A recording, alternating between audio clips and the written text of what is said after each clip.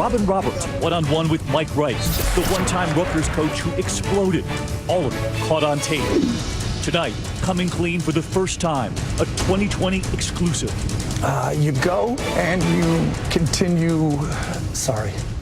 Robin with the tough questions any parent would ask about a coach crossing the line with their kids. There are many people saying there is no way this man should ever coach again. Plus, extra foam double latte, along with a handful of painkillers. The doctor with a prescription pad caught on tape working out of a Starbucks. But it's what he would do next. Tonight you'll see the sting right here on 2020. And the doctor talking only to us. They don't teach you this in medical school. But they teach you ethics. And just this week, could this woman being strip searched by the cops get them in hot water because of it? A special prosecutor weighing in now. They forcefully took off all of my clothes. Tonight, the tape they can't erase. Here now, David Muir. Tonight, if you're a parent, you've likely seen one of those coaches on the sidelines, out of bounds, out of control, losing it. But we had never seen anything quite like this. You'll remember the one-time Rutgers coach hurling basketballs and homophobic slurs at his players. Well, tonight here, he is speaking out about it for the first time. The Robin Roberts exclusive. The coach saddled with regret, hoping for redemption, knowing it's the tape he can't erase. Me versus you? Probably just me versus you. It's a scene that goes on all over America. Sunday afternoon, here on the Jersey Shore. 15-year-old Michael and his dad shooting a few hoops in the driveway. Yeah, now I'm going to show you what dads all across America do. His sister Katie offering tips to dad. Keep doing that. You can't get to it. A college basketball coach you had likely never heard of before Mike Rice was featured in the highlight reel seen round the world. Take a look at this shocking video making headlines this morning. A basketball coach from Rutgers University caught on tape attacking his college players. Rutgers University coach Mike Rice losing it, kicking players in the rear end, hurling balls at their heads and their groins, smacking them with foam pads, big, strong athletes against their coach, defenseless. And when you turn up the sound, you hear the verbal abuse. Ranting, swearing, even screaming homophobic slurs.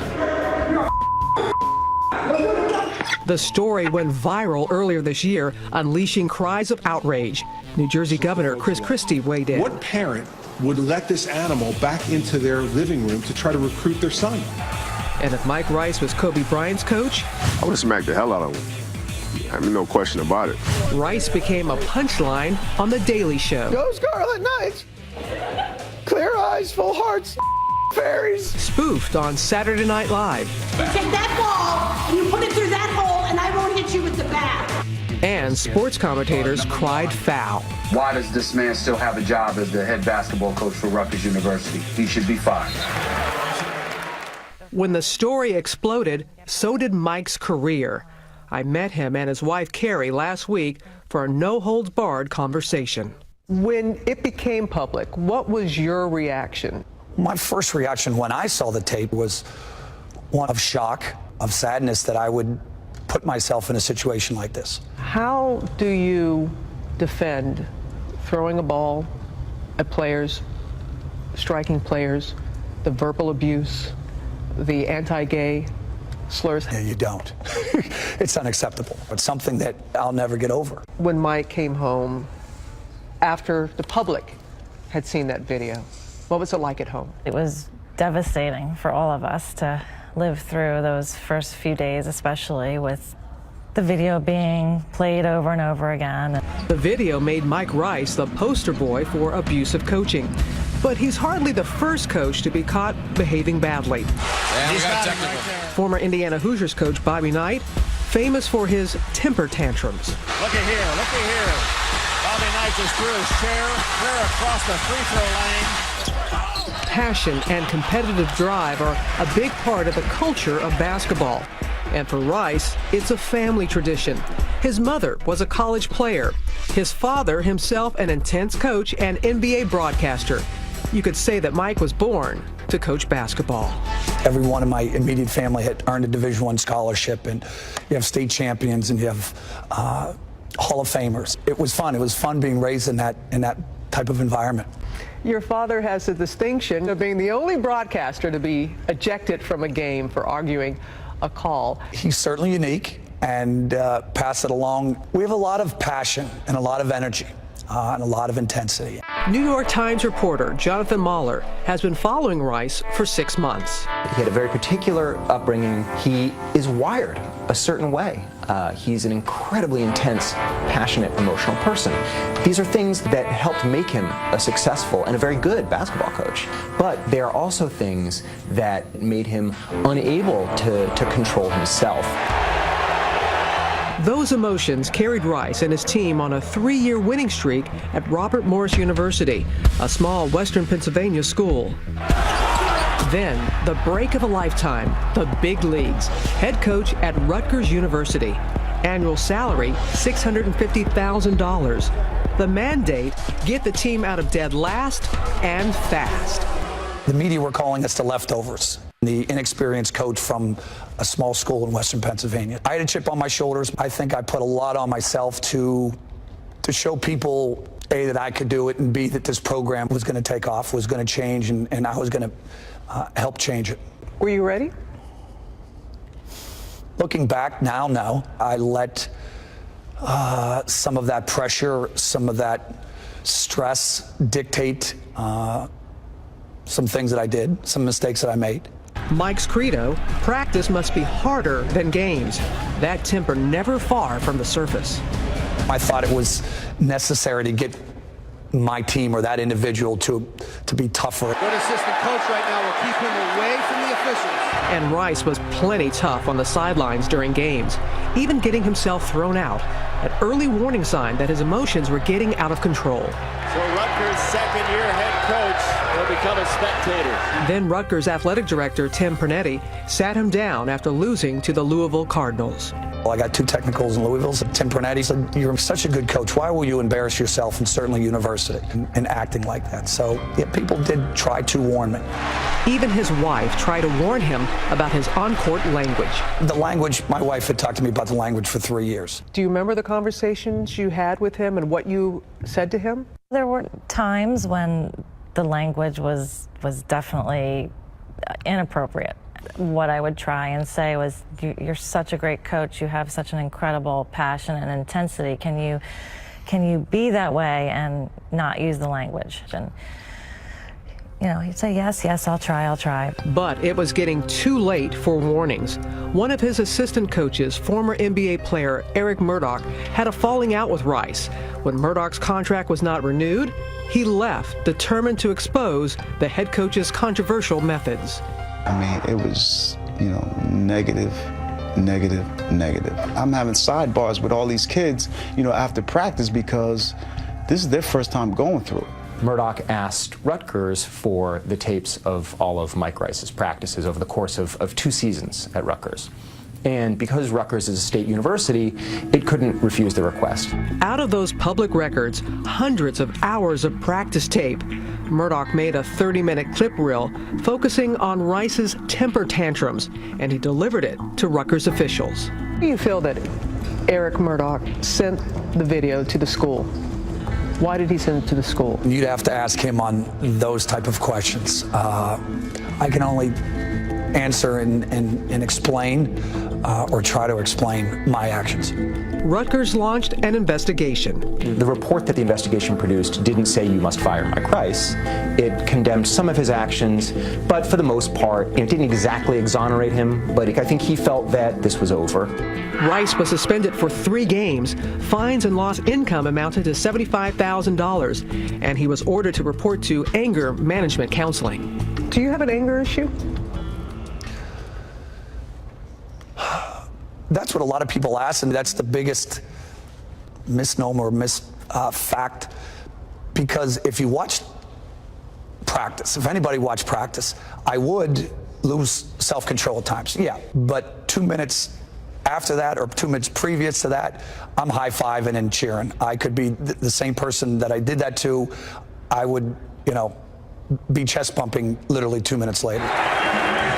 With the suspension over, Rice was back in the game. I want to apologize to them and allow them to understand that I'm going to change, that you are going to be proud of this program. Rice thought the episode was behind him, but Eric Murdoch was just getting started.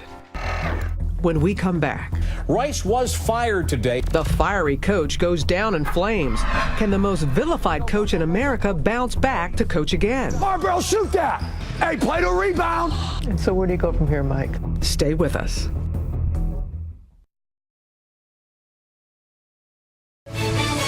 Once again, Robin Roberts. Take a look at this shocking video making headlines this morning. On April 2nd, former assistant coach Eric Murdoch appeared on ESPN to denounce his former boss. To witness that video, I was like in total shock that this guy wasn't fired immediately on the spot. Embarrassed by the shocking expose of their basketball practices, under intense pressure, Rutgers University fired Mike Rice. Others followed. Rice's assistant coach, known as Baby Rice, who had also bullied players, resigned, as did Rutgers athletic director Tim Pernetti. Murdoch felt vindicated. Mike Rice's removal was long overdue. First step to stopping the mistreatment of Rutgers student athletes. And Coach Rice's reputation was in ruins. The degree of public shame that was heaped on this man was intense. I mean, almost in some ways unprecedented. He went from being an anonymous Division I college basketball coach to being really a sort of poster boy for everything that's wrong with competitive sports in America. I've let so many people down, my players, my administration, Rutgers University, the fans. Start right there. Go ahead, Katie. Most difficult, going home, owning up to those kids, Michael and Katie, and his wife, Carrie. How did you talk to your children about this, your son and daughter? We talked a lot about Daddy made some mistakes. Daddy's working on it. Daddy's always working on getting better. What I'm most proud about, and this is a lesson he's also told my children, there's no blame here on anybody else. Was it difficult to go home? I don't think people realize you let your team down, you let your fans down, you let the parents, but your family, they're all a part of it. But to communicate to them that no, this is nobody's fault except your father's fault. This is something that I'm gonna have to live with, and you're gonna have to deal with. And this evening, more shockwaves after some of the harshest criticism came as a result of those anti-gay slurs. Already a sensitive subject at Rutgers since 2010, when freshman Tyler Clementi took his own life. Now, he was the Rutgers University freshman who took his own life after video showing his sexual encounter with another man. You're at that same university and you're shouting those names at your players. Did it ever occur to you that this is just really so far out of bounds? Idiotic, because I wasn't thinking that I was shouting at Tyler Clementi or anybody else who's a gay or lesbian. Looking for answers, Mike reached out to the Gay, Lesbian, and Straight Education Network. Eliza Byard is GLSEN's president. Gilly, very nice to meet you. He went with us to a specific training for PE teachers and coaches. He also had an experience of coaching students who would never show up on his team. It was really important that he meet with the students and hear from them. For these young people, this is a highly unlikely and difficult encounter. Two of the places that LGBT students avoid as much as they can are locker rooms and PE. They just don't want to be there. And frankly, they tell us they're more likely to talk to a cop than they are to a coach. All right, so we are now going to turn it over to Coach Mike Rice. And for Mike Rice, a major step in his search for redemption. It's hard talking about it. It's hard sitting in a classroom full of gay and lesbian students and being told you're no better than a bully. The group did not hold back. So why is a gay man lower than a straight man? It doesn't make sense. My question to you, do you really realize what you did wrong? Oh, yeah. Do you really realize the impact? Yes. Yes, and I wouldn't be here facing you if I didn't. And until the girl says, you're no better than a bully who said something to me last week in front of my locker, who made me cry, and then the emotions poured out. She said, you're a leader. You're a leader of student athlete. You help perpetuate that ugly stereotype that we're lesser, we're softer, we're this, we're that. Do you think that you were a bully? There were some actions that were bullying, yes. Boy, that was a hard lesson learned, that's for sure. Mike also traveled to Houston on his quest for insights into his behavior from former NBA player John Lucas, who runs a treatment center for recovering athletes. How did working with his group help you in dealing with your anger? John tells you the truth like no other person maybe on this planet. Him relaying the stories as we're driving from gym to gym, just him saying it's okay to make mistakes. Until you forgive you, you can't forgive you. And I'm telling you, I have forgiven you. Therapy sessions went on for hours. Let me hear. While we're doing this right, let me say, I forgive myself. Not good enough. Yeah, that's gonna take a while. No, let me hear it again. I forgive myself. No.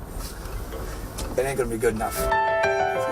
John really has a way of allowing yourself to understand that you are human, that you do make mistakes. There are some people that are always going to associate Mike Rice with that video, despite all that you have done. How do you reconcile that?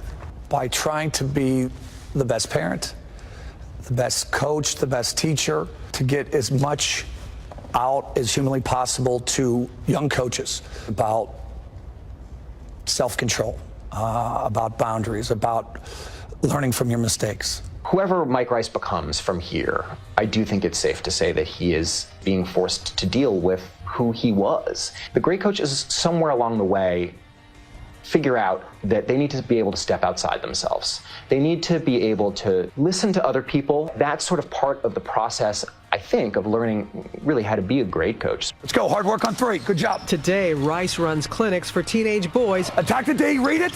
Oh, I love that pass, Taj. And girls. Boom. With his 13-year-old daughter's team, Rice practices a new coaching style. Go, match up, match up. His passion for the game still very much alive, and he has apparently reined it in. Pressure on the ball. They should never stand there and shoot. Go up strong. If you miss, so be it. Okay? There are many people saying there is no way this man should ever coach again. Well, that's something that I have to live with. What I went through and everything that I've learned and the steps that I've taken and how people have helped me along the way. Yeah, I've changed. Will I be a work in progress? Yeah, of course. And so where do you go from here, Mike? You go and you continue, you go and continue to be a good father. You go and continue to learn and try to develop. I want to be in a gym with student athletes. I want to be a part of a team. Where that takes me, I'm not real sure. It's going to be so radical, this next drill, it's going to blow your mind.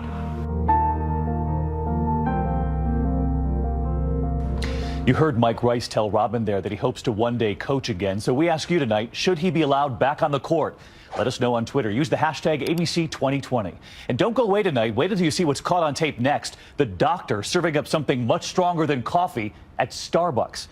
Next, you're not gonna believe this doctor's place of business. You would meet and treat patients at Starbucks? But it wasn't coffee that he was selling. How would they pay you? They would sit under the table? And the police were recording on hidden camera. Coming up.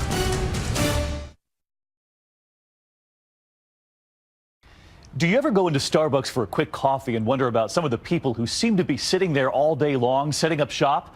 Turns out one man was a doctor serving up something else, and it wasn't coffee until a big sting and the tape he can't erase. Deborah Roberts tonight with the video and the embattled doctor talking only to 2020.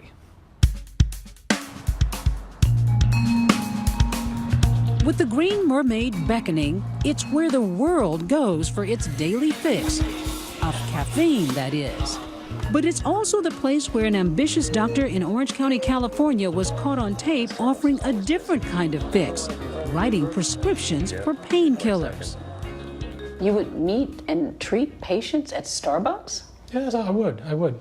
It's pretty much the American dream, be your own boss, you know. But his dreams were doomed by what he thought was a clever way to finance a solo practice. A medical director by day, at night he began treating patients for pain management at the modern-day office for the officeless. How do you even set up a practice in a coffee house? I realize that sounds a little strange. I mean, the patients would provide me medical records. I would listen to their heart. I would listen to their lungs. You would pull out your stethoscope and examine them? I would take blood pressure. The Starbucks? Yes, I was doing that. Did you make an arrangement with Starbucks? Did you pay any rent? I did not. Dr. Yee wasn't just poaching on private property, he was doling out prescriptions for the most powerful and addictive painkillers, like OxyContin, in exchange for fistfuls of cash. How would they pay you? Was it under the table, kind of? Yes, it would be maybe inside of a coffee cup. But don't you see how that looks a little shady? You know, you're examining, they're handing you money under the table, they're putting it in a coffee. I understand. His practice at Starbucks soon commanded $600 for an initial visit, but the patients kept coming, a third of them in their 20s. One of those eager patients was Derek Roses, who was coping with an old lacrosse injury. I found out that he was going to see Dr. Yee a lot at Starbucks. Derek's mom, Tammy, wondered why her 20-year-old son needed such potent painkillers. I would find empty bottles of prescriptions in his car. What were the drugs? OxyContin was the one that he used a lot of, that he got from Dr. Yee. Although there were many legitimate pain patients, there were a smaller percentage of what would be called professional patients, and some even would call them professional junkies. Dr. Yee says he had his own system in place to weed out problem patients, even hiring a drug counselor, but says some patients slipped through the cracks. They don't teach you this in medical school. They don't teach you anything about what happens on the streets. But they teach you ethics. And is it ethical to meet a patient in a coffee house? Well, I believe it was. Dr. Yee may have thought so, but the DEA did not. This is the first time that I heard of a doctor using a food establishment to conduct his business. With hidden cameras rolling, they launched an elaborate sting operation into Dr. Yee's practice. It was very important that the agents obtain as much evidence as possible to show, again, that this wasn't a one-time event. We want to show a pattern.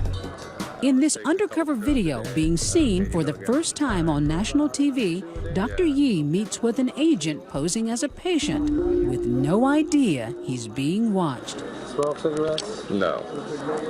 Not cigarettes. Okay. Any recreational drugs they should be aware of? They should be aware of? Not really? Okay. All right, I'll take that on a need-to-know basis. Cavalier, flippant. Dr. Yee's more friend than physician. I was kind of laughing and joking at the same time, but to me, that's a bit of trying to maintain patient rapport. The agent left with prescriptions for 60 OxyContin, 60 Xanax, and 120 roxicodone. And Dr. Yee pocketed $400. On another night, a different agent makes an appointment at Starbucks. I used to have a heroin addiction, like for 5 years, on and off. A patient admitting to being a heroin addict? Shocking. But not enough to stop Dr. Yee from writing scripts for 60 roxicodone and 60 Xanax for the hefty price of $600. Why would you write her a prescription knowing that she has a history of heroin addiction? There are some people that if they're not able to get access to their pain meds, that they result to all the ways of treating it, and sometimes it's heroin. So that's one way I rationalized it. By September of 2011, with business booming, Dr. Yee had moved away from the foaming lattes to his own office space. That's where a DEA informant uncovered the most jaw-dropping abuse of that overused prescription pad, requesting drugs not just for herself, but for a friend who wasn't even there. She is in school. She can't make it. She is getting sick. So she asked me if I could get this script for her. You want to do hers first? Yeah, can we do hers first? Astoundingly, she walks out with everything she wanted, but not before Dr. Yee tried to cover his tracks. Just between you and me, we met, Totally. Yeah, that's fine. So. No, all good. I got you. Dr. Yee wasn't concerned about the fact that the patient was not sitting before him. His only concern was the money. And the money was rolling in, sometimes as much as $5,000 a night. But the prescription business would soon have devastating consequences for Derek Rosas. During his 4 years as a patient of Dr. Yee, he had become addicted. The last thing he texted me was, "I love you, Ma." And he went to bed that night and he didn't wake up. What was the cause of death? Accidental, mixing this pill and this pill and this pill with beer. Do you think Dr. Yee knew that he was dealing with an addict? Yes, of course. Dr. Yee was never charged in Derek Rosas' death and denies he ever knew he was an addict. I'm very, very, very, very regretful that anybody had to die, okay? Did you ever deny a patient a prescription if they came to you wanting a narcotic? Do you remember ever saying, "No, not this time"? I don't remember. I believe it might have happened, but I can't recall specifically. After 8 months of watching Dr. Yee, the DEA had seen enough. He was arrested and charged with 56 counts of prescribing controlled substances without a legitimate medical purpose. Doctor caught on video meeting with patients at a... Just weeks ago, facing trial and possibly life behind bars, Dr. Yee pleaded guilty to 7 counts. A judge sentenced him to 11 years in a federal prison. What's the difference between his actions and the actions of a drug dealer on the street corner? There is no difference. He's a drug dealer that just so happened to operate at a Starbucks. Dr. Yee begins serving his sentence this January, but we also wondered about the patients. Would you ever see a doctor at Starbucks? Tweet us. Use the hashtag ABC2020. And next here tonight, the young woman, the videos of her wildly drunk, and the wildly rich offers that came next. But will she take them?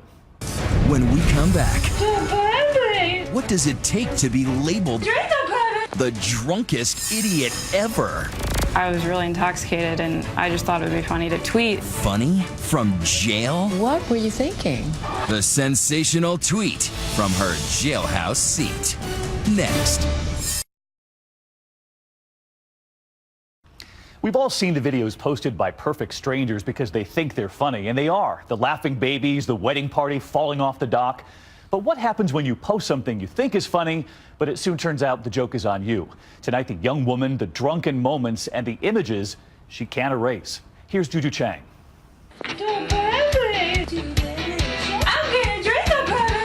This is Vodka Sam in her heyday, cradling her favorite drink like a newborn.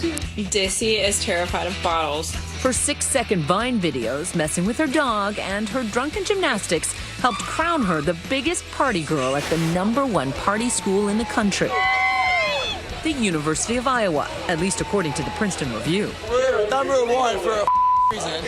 Listen, we drink 7 days out of the week. Sadly, it seems Samantha Gowdy never got the memo that what happens in college no longer stays in college. Thanks to social media, someone's always watching. So why did Deadspin label her the drunkest idiot ever? Well, she'd just been arrested for public intoxication, and then she took to Twitter while still drunk and still in jail. I still have my phone and I was really intoxicated and I just thought it would be funny to tweet and let my friends know where I was. And that wasn't good. That was when it all went south. Yeah. 140 characters later, and your life is completely changed forever.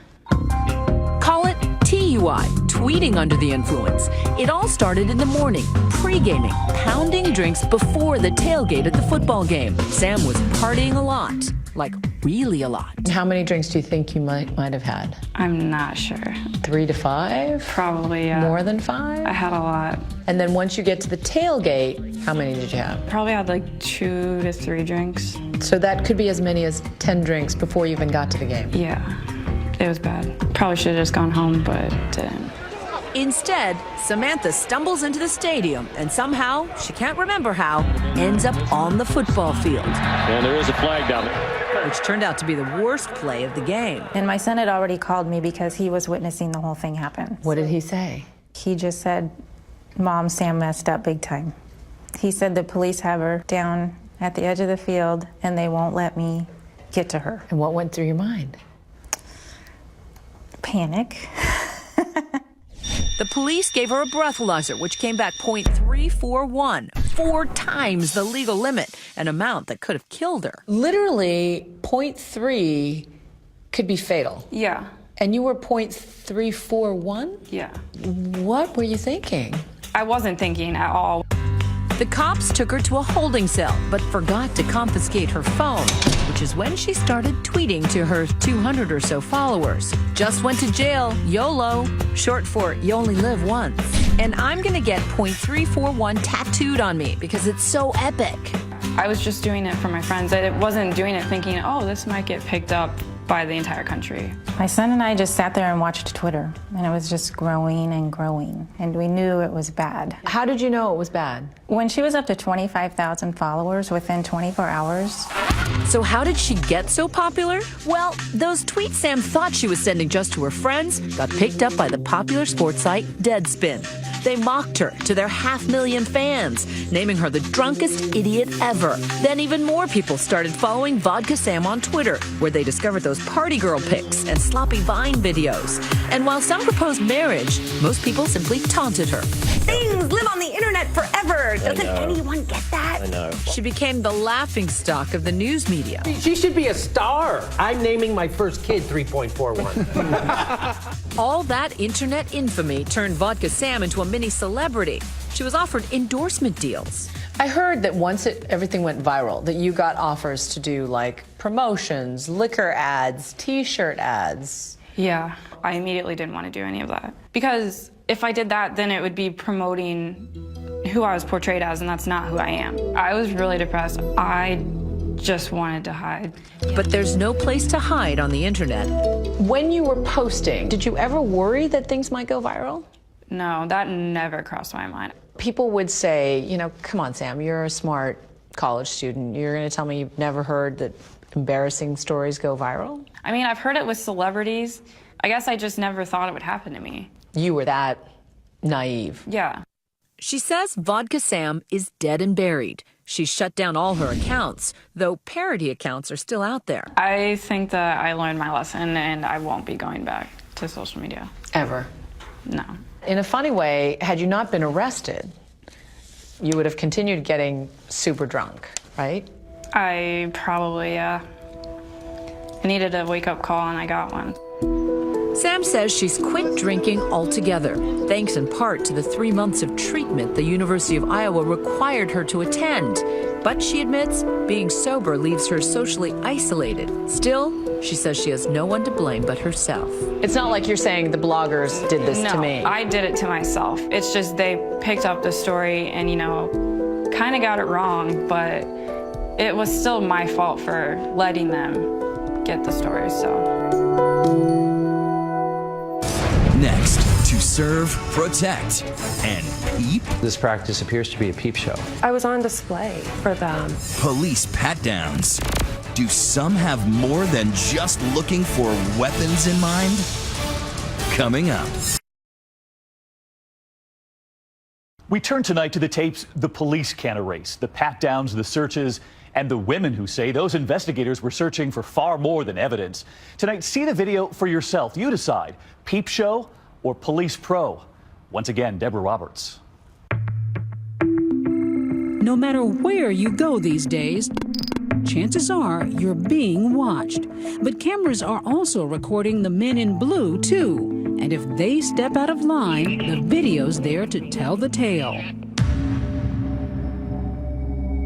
And there's plenty of video to watch at the jail in Puyallup, Washington. We believe that jail safety cameras are a absolute necessary for life and safety over privacy. When you step foot into a correctional institution, your expectation of privacy is greatly diminished. That's putting it mildly, according to these women who claim they're victims in the case of the video voyeurs. The four describe their ordeals, but are too embarrassed to show their faces. It was a very awful experience, and it was humiliating, embarrassing. The anger of knowing that somebody has these videos, and it's happening to all these other women. The revealing videos were uncovered when defense attorney James Egan began researching public records for a DUI client. I've represented thousands of people in DUIs, and I've never seen this. Turns out cops in Puyallup have been videotaping young women, most of them detained for DUI, as they change clothes and use the toilet. This practice appears to be a peep show. Even though the jail does have curtained areas for changing in private, these women were all sent to a holding cell with a camera overhead and told to strip. I felt like a doll. They were just dressing up and dressing down. I was on display for them. They were made to change into jail clothes for their mugshots, then told to undress again before being released. We have you change into jail clothing because it's very common for offenders to hide items and places on their body or within their clothing. This is protocol. Well, that's funny, because you're the only ones that are doing it. Egan has now filed lawsuits on behalf of dozens of women convinced the cops used the jailhouse cameras for a free show. I'm extremely angry. They're there to serve and protect us, and they completely took advantage of each and every one of us. If you're expecting an apology from the police, forget it. The department insists its video monitoring is legal and appropriate. We don't believe there's any merit to the allegations that our corrections officers did anything wrong whatsoever. We do not have officers sitting there monitoring the cameras when that type of activity is going on. And in fact, all of these cases, there are no officers viewing the video or the monitor at any time through any of the allegations. But the women aren't buying it. Yeah, it was really cold in there, and I asked for a blanket, and he told me to, if I do jumping jacks, he'll be watching me. Don't do jumping jacks naked, because I'll be watching. The Washington case isn't the only instance where cameras have landed police in hot water. Take the case of the problematic pat-down in Texas last year. A state trooper pulls over a 38-year-old woman and her 24-year-old niece for littering, claiming they were acting weird. When his female backup arrives, the weirdness kicks into overdrive. Suspected of hiding drugs, the women say they were forced to submit to a body cavity search on camera in full view of passing cars. And watch this. The horrified victims say the officer didn't even bother to change latex gloves between searches. That's gross. That is gross. Bobby Ramos spent 20 years as a cop in the NYPD. Is there ever a reason to do this kind of a search out by the roadside? No, absolutely not. This is like, and the idea that she's doing this in front of her dash cam is outrageous. The female officer was fired, her male counterpart suspended. Still, if you think that's bad, consider the case of the strange strip search. 33-year-old Dana Holmes was speeding home from a wedding when cops pulled her over. She fails a breathalyzer test and is carted off to jail. Are you going to arrest me? I am going to arrest you for DUI. Are you serious? But now her evening's about to go from bad to worse. As she's being booked into the LaSalle County Jail, Holmes is told to stand up, spread her arms and legs as she faces the wall. During the search, a female